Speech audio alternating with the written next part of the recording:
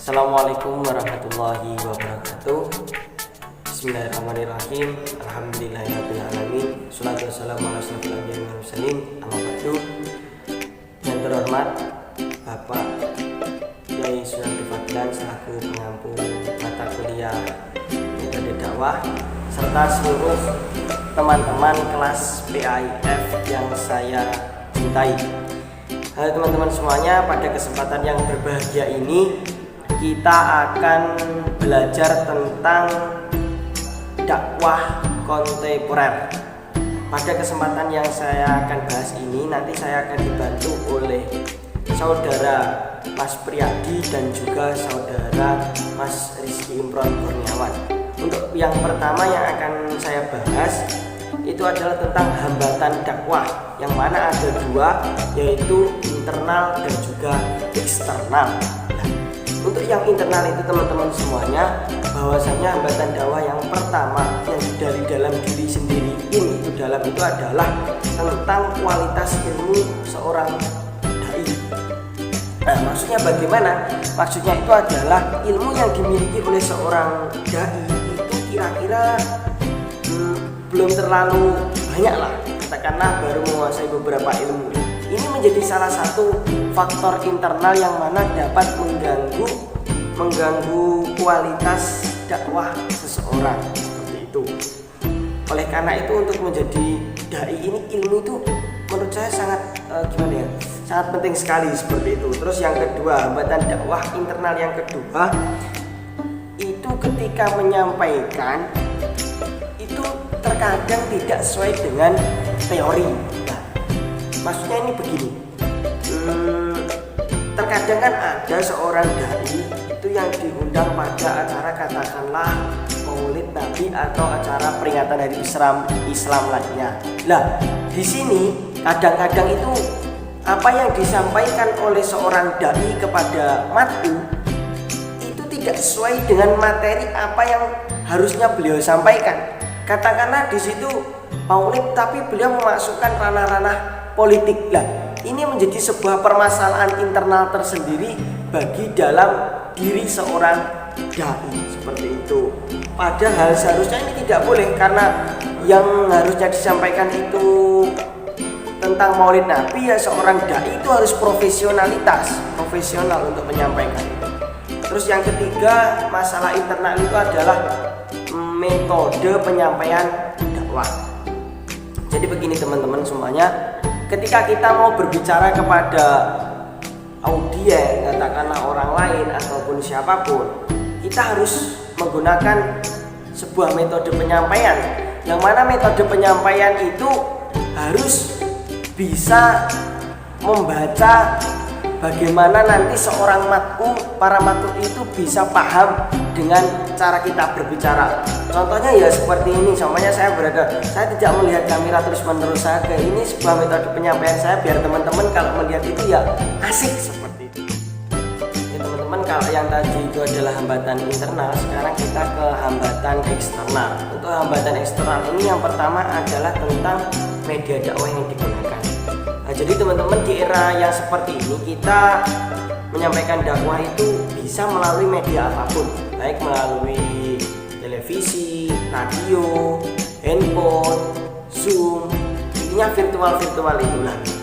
Di sini terkadang ada beberapa media itu yang mereka memihak kepada beberapa mohon maaf itu pada aliran ataupun golongan tertentu. Nah, disinilah yang kadang membuat adanya perpecahan di antara Islam itu berasal dari faktor X-nya, yaitu media dakwah yang digunakan.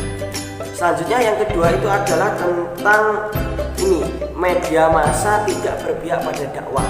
Hampir sama dengan yang pertama, media dakwahnya tadi itu tidak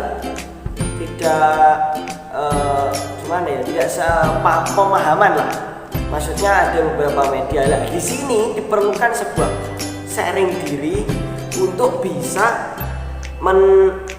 memfilter ataupun menyaring mungkin ada ilmu-ilmu yang disampaikan oleh para dai ataupun yang menyampaikan ceramah tersebut. Apalagi kita sebagai mahasiswa tentu pasti harus bisa menyaring apa-apa yang masuk ke dalam diri kita sebelum kita olah, seperti itu. Selanjutnya adalah yang ketiga, ini berkaitan dengan iklan. Nah, mengapa dakwah lewat iklan? Nah, sekarang lewat cuplikan-cuplikan itu ataupun lewat iklan-iklan di pamflet ataupun yang bagaimana, itu bisa menjadikan dakwah itu lewat itu. Selain ada di televisi juga bisa lewat iklan, tulisan bermanfaat, katakanlah makanlah sambil duduk, seperti itu, tulisan di pinggir jalan, itu juga merupakan bagian daripada dakwah. Akan tetapi terkadang gini, untuk tulisan-tulisan iklan itu mungkin masih banyak adalah iklan sampo, iklan sabun dan lain gitu. Terima kasih. Untuk selanjutnya itu tadi kaitannya dengan hambatan, silakan dilanjutkan untuk saudara Mas Priyadi. Baiklah, selanjutnya kita akan membahas yang poin B, yaitu cara mengatasi hambatan dakwah kontemporer. Yang pertama yaitu cara untuk internal, kemudian yang kedua yaitu cara yang eksternal. Yang pertama, untuk internal perlu ada pengkaderan yang serius untuk memproduksi juru-juru dakwah dengan pembagian kerja yang rapi. Ilmu tabligh belaka tidak cukup untuk mendukung proses dakwah, melainkan diperlukan pula berbagai penguasaan dalam ilmu-ilmu teknologi informasi yang paling mutakhir. Kemudian yang kedua, langkah pertama yang harus dilakukan oleh pengelola lembaga dakwah untuk menciptakan lembaga yang baik dan bermutu, yaitu selalu memperhatikan dan mengidentifikasi keinginan-keinginan dari pihak-pihak yang terkait. Selanjutnya, yang ketiga, pendekatan personal. Pendekatan dengan cara ini terjadi dengan cara individual antara dai dan mad'u, langsung bertatap muka sehingga materi yang disampaikan langsung diterima. Selanjutnya yaitu untuk yang eksternal. Yang pertama yaitu dengan cara pemanfaatan televisi sebagai media dakwah. Di antaranya telah dilakukan oleh beberapa stasiun televisi, baik televisi nasional maupun televisi swasta. Dengan bentuk pemanfaatan yaitu adanya beberapa acara yang bernuansa Islami. Kemudian yang kedua, pendekatan diskusi. Pendekatan diskusi pada era sekarang sering dilakukan lewat berbagai diskusi. Dai berperan sebagai narasumber sedangkan mad'u sebagai audiensi. Kemudian yang ketiga yaitu media massa, cetak dan terutama media elektronik. Ini harus dipikirkan sekarang juga. Media elektronik yang dapat menjadi wahana atau sarana dakwah perlu dimiliki oleh umat Islam. Bila udara di Indonesia di masa yang akan datang dipenuhi oleh agama lain dan sepi dari pesan-pesan Islam, maka sudah tentu keadaan seperti ini tidak menguntungkan bagi peningkatan dakwah Islami di tanah air. Demikian untuk cara mengatasi hambatan-hambatan dari dakwah internal maupun eksternal.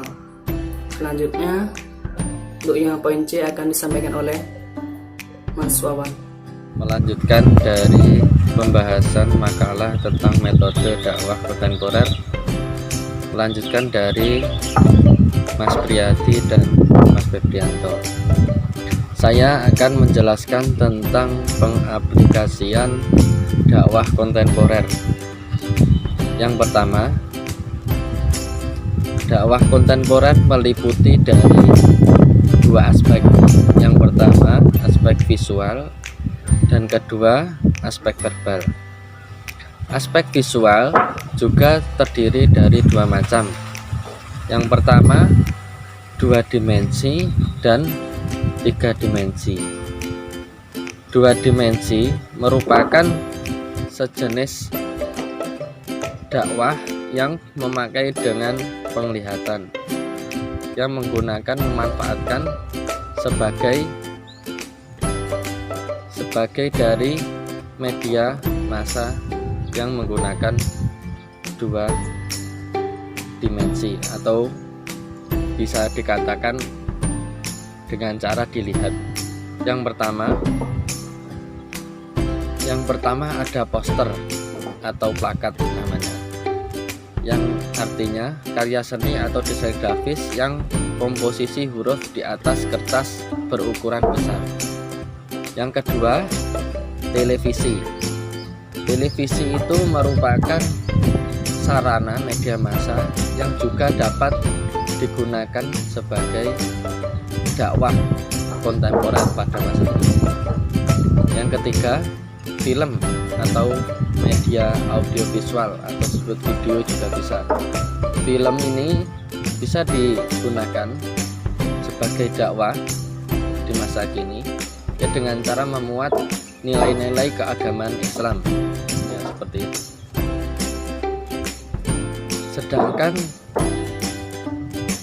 yang tiga dimensi itu merupakan bentuk atau ciri khas media yang bisa dilihat ataupun dipegang atau diraba istilahnya, seperti itu ya. Ada yang pertama, mimbar. Mimbar merupakan media dakwah yang populer di masyarakat yang digunakan pada saat sholat Jumat, Idul Fitri ataupun Idul Adha, seperti itu ya. Selanjutnya ada masjid. Masjid merupakan media yang berupa tiga dimensi, bisa dilihat, bisa dipegang, seperti itu ya, bisa tampak, bisa dipegang, seperti itu ya. Masjid ini merupakan tempat ibadah yang juga merupakan tempat sarana media dakwah kontemporer pada masa ini yang menggerakkan potensi umat Islam untuk mewujudkan manusia yang beriman, seperti itu ya. Yang ketiga, yang tiga dimensi, yaitu wayang kulit. Wayang kulit merupakan seni tradisional yang asal mulanya berasal dari Sunan Kalijaga, seperti itu ya teman-teman. Yang terakhir, media yang berupa verbal atau ucapan, yaitu khutbah. Khutbah ini merupakan, menurut Muhammad Ali Aziz, ada yang mengatakan khutbah itu secara umum bisa juga dikatakan pidato atau ceramah ataupun mauidhah, seperti itu ya. Sebab khutbah itu terletak pada waktu dan isi cara penyampaiannya, seperti itu. Yang terakhir tentang puisi, yaitu puisi berasal dari Yunani yang berasal dari kata poesis atau penciptaan, dan merupakan hasil karya seni sastra yang kata-katanya tersusun dari syarat tertentu seperti sajak, irama, serta kiasan, seperti itu. Sekian presentasi dari kelompok kami tentang metode dakwah kontemporer, semoga bermanfaat. Dari kami kurang lebihnya mohon maaf. Wabillahi wal hidayah, waridha wal inayah. Wassalamualaikum warahmatullahi wabarakatuh.